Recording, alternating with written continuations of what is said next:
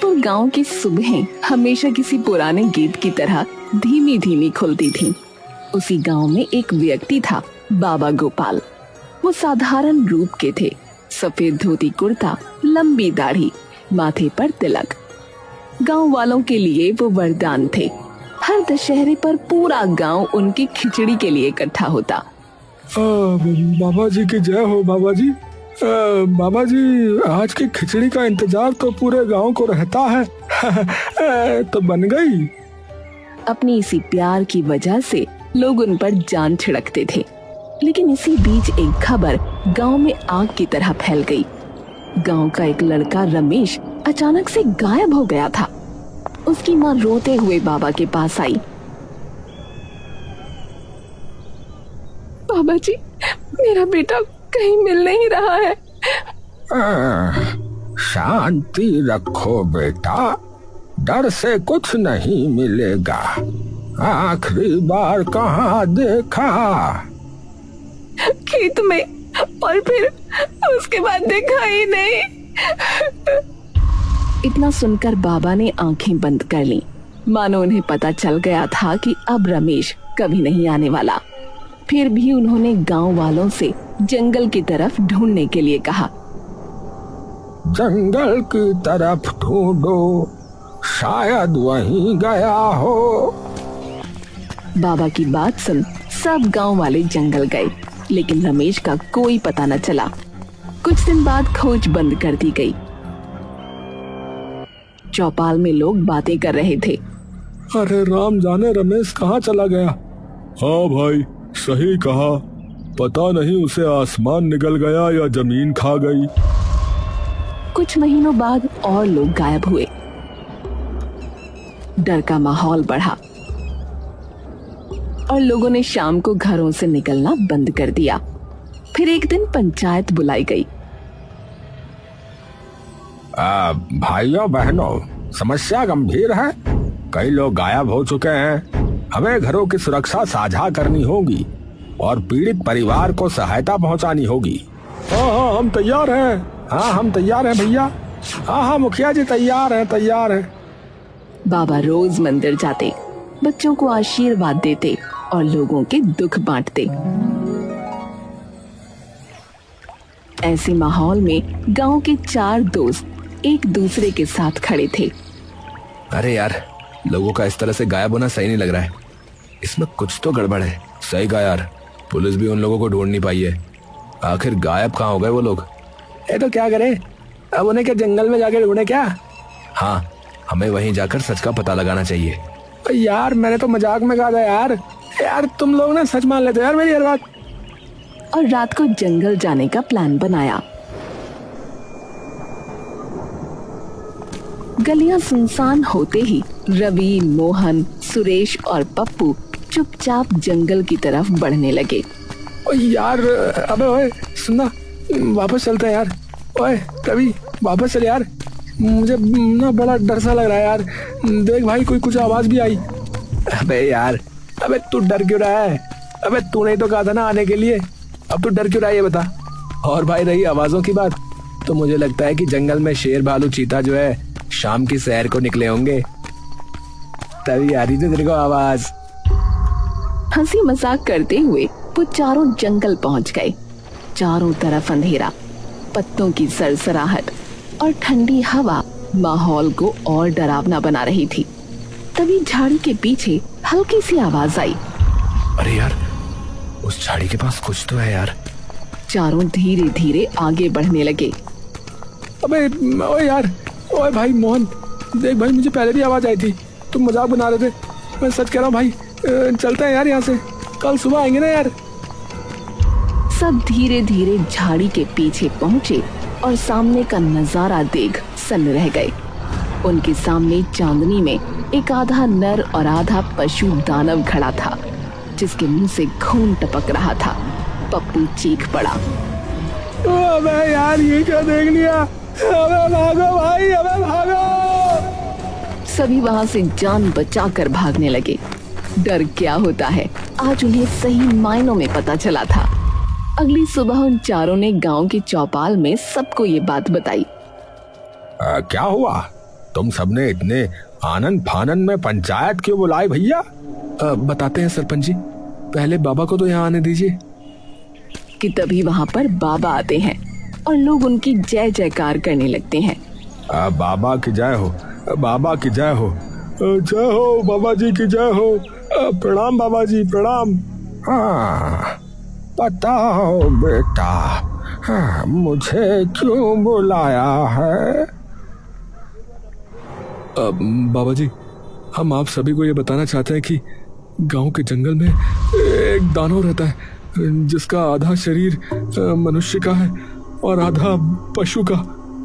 मोहन की बातें सुनकर सब हैरान और परेशान हो गए। हाँ? और ये बात तुम्हें कैसे पता लगी बरखुरदार? क्योंकि कल रात हम उस जंगल में गायब हुए लोगों का राज जानने गए थे। हाँ, और तभी हमने देखा कि एक दानव जंगल में घूम रहा है। हाँ? मतलब गांव के लोग उस दानव की वजह से गायब हो रहे हैं क्या? बाबा जी, अब आप ही हमारा सहारा हो, बताओ कुछ उपाय। लेकिन सोचने वाली बात यह है ना कि इतने सालों से वो हमें दिखा क्यों नहीं, फिर कल ही क्यों दिखाई दिया वो?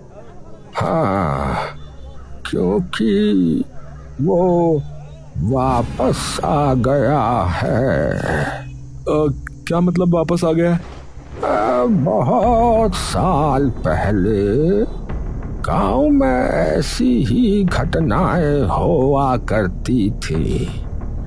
दानव लोगों को ले जाता था, परंतु फिर उसे मंत्र जाप से बांध दिया गया था। पर अब लगता है कि वो मुक्त हो गया है। बाबा की बातें सुन सब डर गए। पप्पू कांपते कांपते बेहोश हो गया।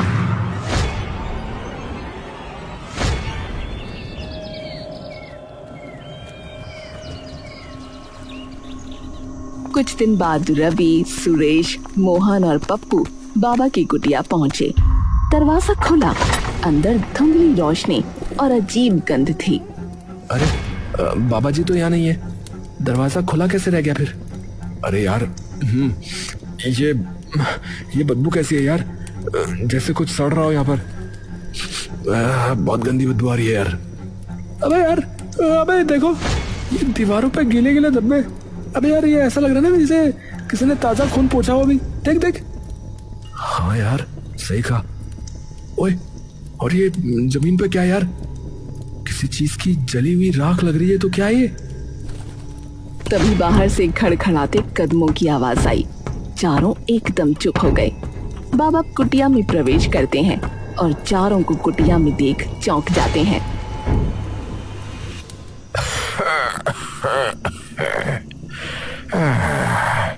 अरे बेटा, तुम सब यहाँ कैसे? जी बाबा, हम आपसे एक बहुत जरूरी बात करने आए थे। कहो बेटा, डर क्यों है तुम्हारे चेहरों पर? मेरी कुटिया में तो सब सुरक्षित है। बाबा, क्या उस दानव को भगाने का कोई उपाय है? वही जानने आए थे। बाबा कुछ पल चुप रहते हैं, फिर आंखें बंद करके माला फेरते हुए बोलते हैं। उपाय है बेटा, पर कठिन है। दानव शुद्धि से डरता है। जहाँ गाय का दूध, गंगा जल और पीपल की पत्तियां छिड़की जाएं, वहाँ उसकी शक्ति नहीं टिकती। मतलब हमें इन तीनों चीजों का प्रयोग करना होगा? हाँ, लेकिन सावधान रहना, दानव चालाक होता है। हाँ। रात को चारों दोस्त बाबा के बताए हुए मिश्रण को लेकर जंगल जाते हैं। ठंडी हवा चल रही थी और अंधेरा भी गहरा गया था। तभी झाड़ियां हिलने की आवाज सुनाई दी। ओ यार ध्यान से। ये जगह मुझे बहुत खतरनाक लग रही है यार। ओ यार यार मैंने पहले कह दिया था इसमें नहीं फंसना चाहिए था हमें। अब चलो फंस ही गए तो अब जल्दी करो भाई, जो करना है फटाफट करो, फिर घर जाते हैं। मेरे को भूख भी लग रही है, खाना भी खाना है। ओए चुप चुप चुप, देखो और झाड़ियों के बीच कुछ हिल रहा है यार, देखो। चारों ने चौंक कर झाड़ियों की ओर देखा। कुछ पल के लिए अंधेरा और डरावना सन्नाटा, फिर धीरे धीरे लाल जलती आंखों वाला दानव झाड़ियों से बाहर आया। वो अपने आधे इंसान और आधे जानवर वाले रूप में ही था। अरे यार ये तो वही है यार, वही है ना। अरे यार शांत रहो ना यार, बाबा ने जो बताया था वही करना है, समझे? शांत रहो। दानव की ओर बढ़ते हैं,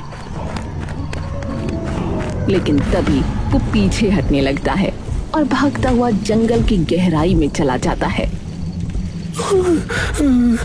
भाई मेरे को तो हार्ट अटैक होते होते बचाया लग रहा है भाई, लेकिन ये तो भाग गया है, अब क्या करें? मुझे लगता है यार कि ये डर गया। चारों कुछ देर जंगल में उसकी तलाश करते हैं, लेकिन वो उन्हें कहीं नहीं दिखता। अगली सुबह चारों मिलते हैं, लेकिन रवि कुछ सोच रहा होता है।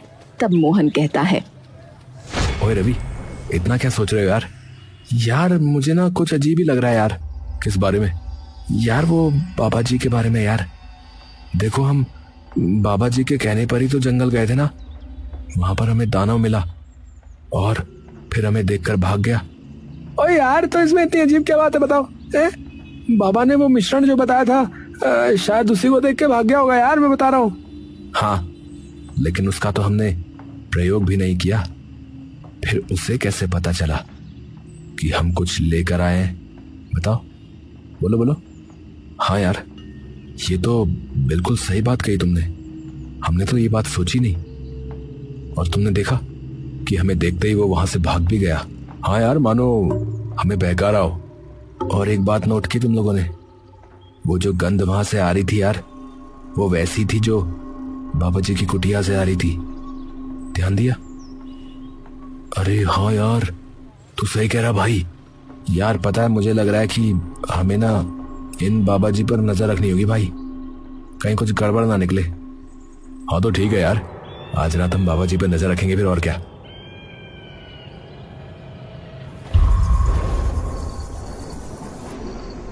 चारों दोस्तों की इस ओर सहमति बनी और रात में वो बाबा की कुटिया के पास गए। उन्होंने देखा कि बाबा कहीं जा रहा है। वो चारों उसके पीछे पीछे जाने लगे। ओए यार, ये बाबा जी इतनी रात को जंगल में क्यों जा रहे हैं यार? अबे पता नहीं यार, अब तो पीछा करके देखना पड़ेगा और तभी पता चलेगा कि क्यों जा रहे।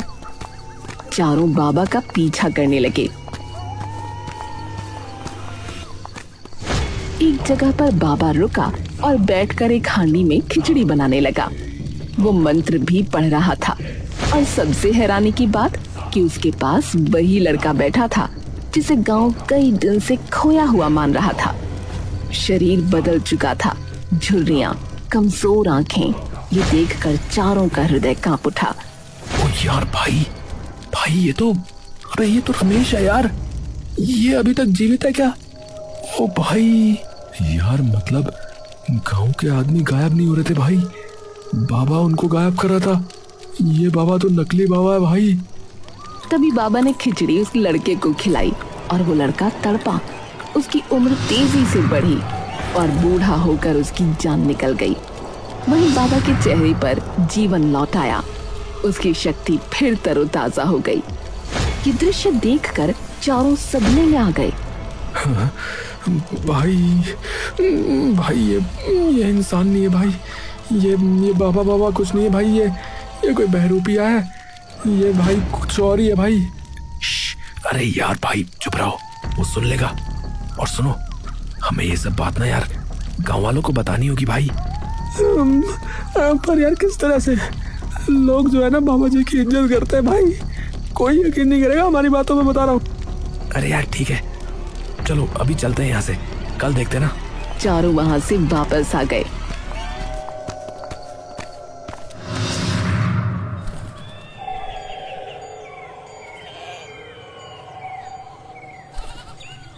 और फिर अगली सुबह बाबा लोगों को खिचड़ी बांट रहा था। तभी रवि अपने दोस्तों से बोला, जरा देखो तो इस नकली बाबा को, रात में लोगों को मारता है और दिन में इनका भगवान बन जाता है। इसे इसके कर्मों की सजा मिलनी चाहिए। भाई लेकिन कैसे, पता नहीं यार, लेकिन इस खिचड़ी का राज भी जानना होगा हमें। मुझे तो इस खिचड़ी में भी कुछ गड़बड़ जाला लग रहा है। अगली रात चारों फिर जंगल गए, लेकिन इस बार बाबा ने उन्हें देख लिया। उत्तरी, वो यार बाबा ने देख लिया हमें। चलो भागो भाई भागो, और भागो भाई, भाग भाई भाग। चारों दोस्त जान बचाने के लिए भाग रहे थे, पेड़ों से टकराते, जमीन पर गिरते पड़ते, हांफते हुए। अचानक रवि मुड़कर देखता है। अरे अरे पप्पू कहाँ है? लगता है पीछे रह गया। क्या पीछे रह गया? अबे यार जल्दी देखो, कहीं यहाँ वहाँ गिर तो नहीं गया जंगल में। तीनों पीछे भागते हैं। चांदनी में हल्की झलक मिलती है। पप्पू जमीन पर तड़प रहा था और उसी आधे इंसान रूपी दानव ने उसकी गर्दन जकड़ रखी थी। पप्पू पप्पू, अरे छोड़ दे उसे, छोड़ दे भाई, भाई भागो भाई, मुझे छोड़ दो, मुझे छोड़ दो। दानव गरजता है। उसकी आंखें आग की तरह चमक रही थीं। वो हाथ में जकड़े पप्पू को और ऊपर उठाता है।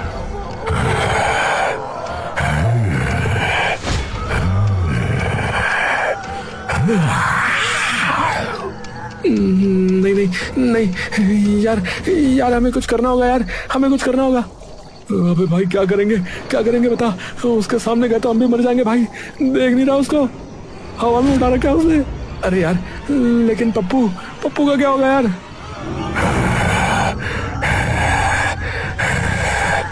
कोई पास आया तो इसका खून, हाँ तो इसका खून अभी यही बहा दूंगा।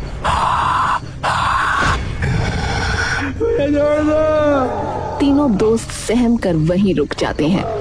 पप्पू की आंखें धीरे धीरे ढीली पड़ने लगती हैं। तभी बाबा का हाथ दानव के कंधे पर आता है। अरे नहीं भाई, इन्हें मत मारो। हाँ, यही तो अब मेरी साधना के पूरे होने की असली चाबी है हरिया। बाबा के मुंह से हरिया का नाम सुन चारों चौंक जाते हैं। तभी दानव अपने पूरे इंसानी रूप में आता है और वो हरिया होता है। क्या हरिया, हरिया तू दानव है क्या? तूने ये ठीक नहीं किया रे।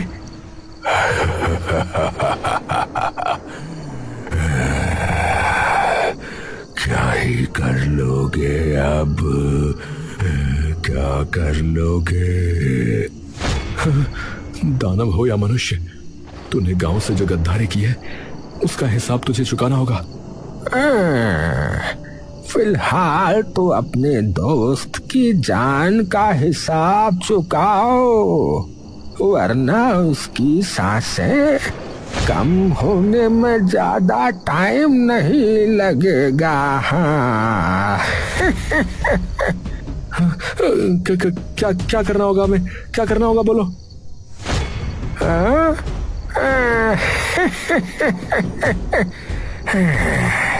ये हुई ना बात। तुम तीनों को दशहरे की रात किसी भी गांव वाले को यहाँ लाना होगा। ध्यान रहे, थोड़ी भी चतुराई की तो तुम्हारा दोस्त मारा जाएगा। बाबा की बातें सुनकर तीनों के पसीने छूट गए, लेकिन अपने दोस्त की जान बचाने के लिए वो लोग शर्त को मान लेते हैं। ठीक है, ठीक है, हमें मंजूर है, लेकिन तब तक पप्पू को कुछ नहीं होना चाहिए, बता रहे। जल्दी जल्दी जाओ, जल्दी, अब मुझसे रहा नहीं जा रहा है। जिनकी जिंदगी में रस है मैं उनसे फिर अपनी खिचड़ी बनाऊंगा और उनसे उम्र निकालूंगा। तीनों बाहर से बाबा का हुक्म मानते दिखे, पर भीतर उसकी ताकत खत्म करने की योजना बना रहे थे। यार पप्पू और गांव को बचाने का ना एक ही तरीका है यार। हाँ बोल, क्या तरीका रवि? यार बाबा की झोली से ना हमें वो किताब चुरानी होगी लग रहा है। उसमें ना यार जरूर कुछ ना कुछ राज छुपा हुआ यार, मुझे लग रहा है।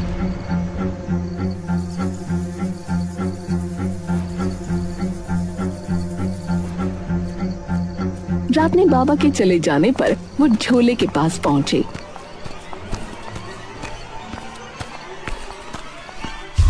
और किताब निकाल ली। हर पन्ने पर अलंकृत संकेत और डरावनी पहेलियां थीं। अरे यार ये कुछ लिखा है इस पन्ने पे, देखो। पढ़ो पढ़ो, क्या लिखा है? लिखा है कि जिसकी शक्ति रक्त से बढ़ती, अग्नि में उसकी छाया नहीं टिकती, उसकी मृत्यु के लिए चाहिए ठंडी शुद्धता और जन्म का दूध, जिसमें जड़ की ज्वाला मिलाकर बुझाई जाती है। अरे यार इसका क्या मतलब हो सकता है? तीनों ने देखा और समझने की कोशिश की कि ये संकेत स्पष्ट था कि बाबा की शक्ति किसी तरह की खिचड़ी धारा से जुड़ी है, जो लोगों के खाने पर उनकी उम्र खींचती है। पर क्या ठंडी शुद्धता और दूध से उसकी मौत संभव थी? यार शायद ना उसे किसी चीज से तोड़ा जा सकता होगा जिससे उसने लोगों की उम्र चुराई हो। ठंडा, पवित्र और दूध जैसा कुछ। यार हमें ना गांव की पुरानी कहानियों में भी देखना होगा, शायद कोई घरेलू उपाय हो ये। वो किताब में और पढ़ते गए। हर पन्ना किसी तरह की पहेली और संकेतों से भरा था। अंत में एक पन्ना ऐसा निकला जिस पर अंतिम लाइन थी एक तरह का अनुष्ठान निर्देश। यार इसमें लिखा है, खिचड़ी की हांडी उलटकर दूध मिलाओ और उन आत्माओं को पुकारो जिनके साथ उन्होंने व्यापार किया। जब आत्मा अपने मालिक को खाए तब दूध में मिलाकर बंधन तोड़ दो। तीनों ने योजना बनाई। बाबा से छीनी गई आत्माओं की मदद लेंगे। आत्माएं सिर्फ सच्ची दिल की पुकार पर आती हैं। पप्पू को बचाने के लिए उन्हें आगे बढ़ना पड़ा। अरे यार अब ना चाहे कुछ भी हो जाए, पप्पू को और इस गांव को बाबा के चंगुल से छुड़ाने के लिए यार हमें आत्माओं को बुलाना ही होगा यार।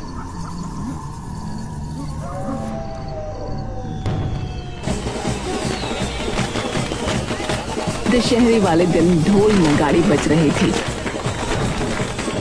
लोग उत्साह में डूबे थे।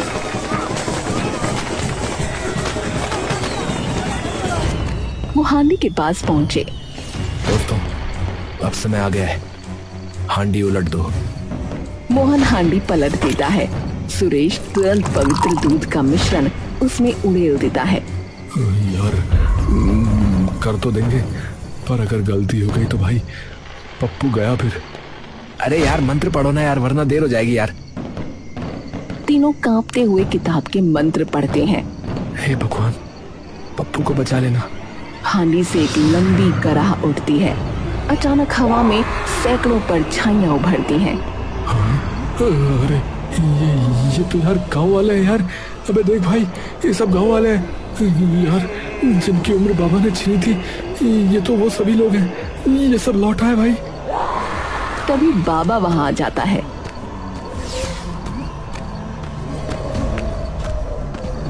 और वो आत्माएं उसकी तरफ लपकती हैं। नहीं, तुम लोग मुझे छू नहीं सकते। मैं अमर हूँ। अमर नहीं, तुम्हारा हिसाब आज पूरा होगा। आत्माएं बाबा पर टूट पड़ती हैं। उसकी शक्ति बुझते दीपक की तरह खत्म होने लगी।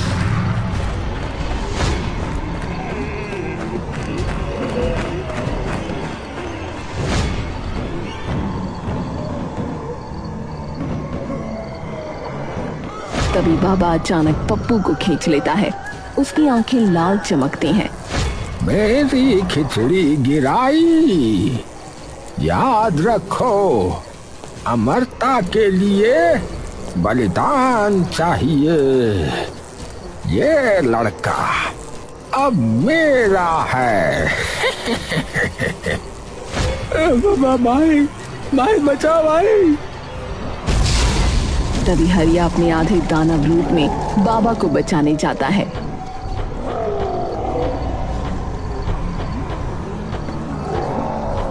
पर वो आत्माएं उसे भी जकड़ लेती हैं। बाबा भी तड़पता है। उसकी चीखें दरिंदों जैसी गूंजती हैं और बाबा की चमक धीरे धीरे मिटने लगती है। अरे भाई देखो, उसकी शक्ति बुझ रही है।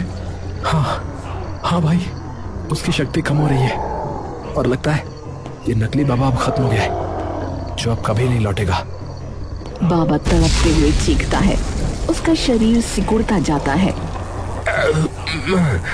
नहीं, मैं नहीं मिट सकता।